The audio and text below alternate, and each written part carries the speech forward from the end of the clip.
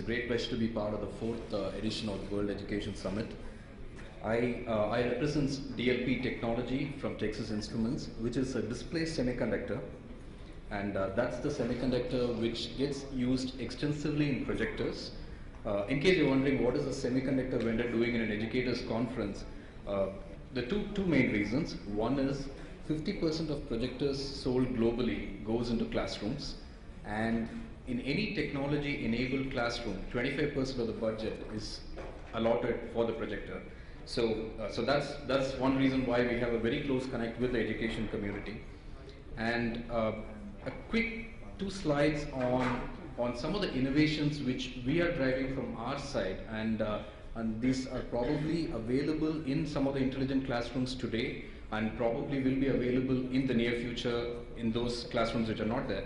One of them is all projectors have a UHP lamp which has a finite life today, and we're trying to make that into a lamp-free model where you can actually run it for 8 hours, 250 days, and you don't need to bother about replacing a lamp for 6-7 years kind of scenario. We have enabled, DLP technology has enabled 3D in virtually all the projectors for no extra cost. So I'm talking about 3D stereoscopy, which you get to see in movie theaters with glasses. So we have done a lot of case studies, and some of them are available in dlp.com/3D, and virtually in all the case studies, the student engagement has been far better when they have learned a lesson in 3D. And I was impressed with Ruchi's demo, and definitely I'm going to talk to her about how we could enable stereoscopy in their content as well. We're trying to get interactivity virtually in all projectors so that we can convert any surface to an interactive surface, and we're also trying to make it more we're trying to do short throw, ultra short throw kind of optical innovations to make it easy for the student to interact with the teacher-student interaction. Talking about some innovations which I think are very relevant for an Indian environment where schools of, you have government schools which don't have power. Some of our products, some of our projectors work at less than 50 watts, very ideal for solar power based classrooms. Portable so that you can actually store it away in the staff room after the class is done. Dust proof, our DLP projectors are dust proof, so you don't need to bother about maintenance in a country where there's a lot of dust all over. And in terms of the technology itself is warranted for 5 years, and so that kind of takes care of pretty much a lifetime for an electronic product of 5 years. So much on my technology. Kind of getting into the topic about what have the various intelligent deployments, intelligent classroom deployments have happened in the last 10 years, I should say, and probably talking a little into the future.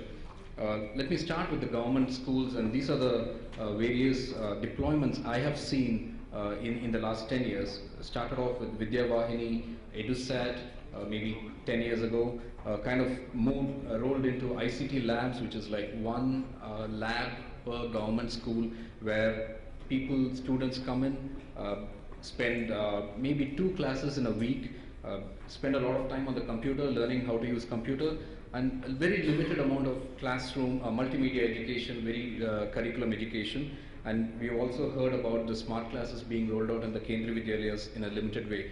So my count is approximately 100,000 government schools have some form of intelligent classroom, I should say.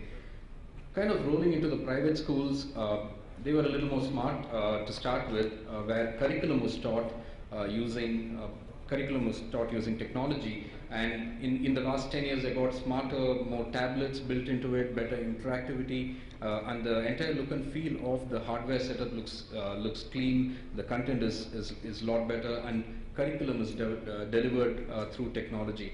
And my count is something close to 300,000 classrooms. I do not have an independent source to verify this number, and the reason I'm putting out some of these numbers is this particular slide has a lot of numbers. This is from FutureSource, which is an independent research organization. There's a lot of numbers. I just kind of read out some of the important ones. You see in the bottom row, you see UK, Denmark, Netherlands written, and if you kind of come down in the middle, it's China, there's India in the end, and there's a number written next to it. So these numbers stands for the number of classrooms in each of these countries. So the total classroom count globally is 39 million classrooms, 40 million classrooms. India and China have 5 million each. I think India has a little more than 4.7, but this report says 4.7. But if you look at the kind of technology penetration into classrooms today, it puts India at less than 5% and predicted to touch 15% by 2018.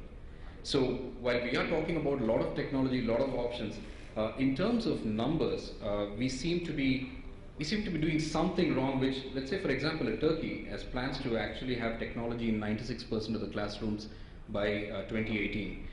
China is currently at 30%, looking at going to 70%, and countries like UK are 104% because they want to have multiple technologies in their classrooms. So that, with this particular slide, kind of brings to my last more questions actually. Few things are like, why is government schools not actually teaching curriculum through multimedia education? It's more of computer labs. What is it that we as technology providers can do to actually enable that? And going back to the previous question, why is classroom penetration less than 10%?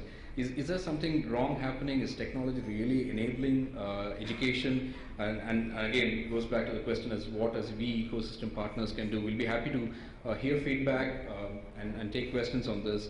And what is it that we can do in the next 5 years, both in the qualitative terms and quantitative terms? I think it's time we come up with a measure of effectiveness of technology in classrooms, so that as technology providers, we kind of know what is the right technology to go behind and provide for the Indian classrooms.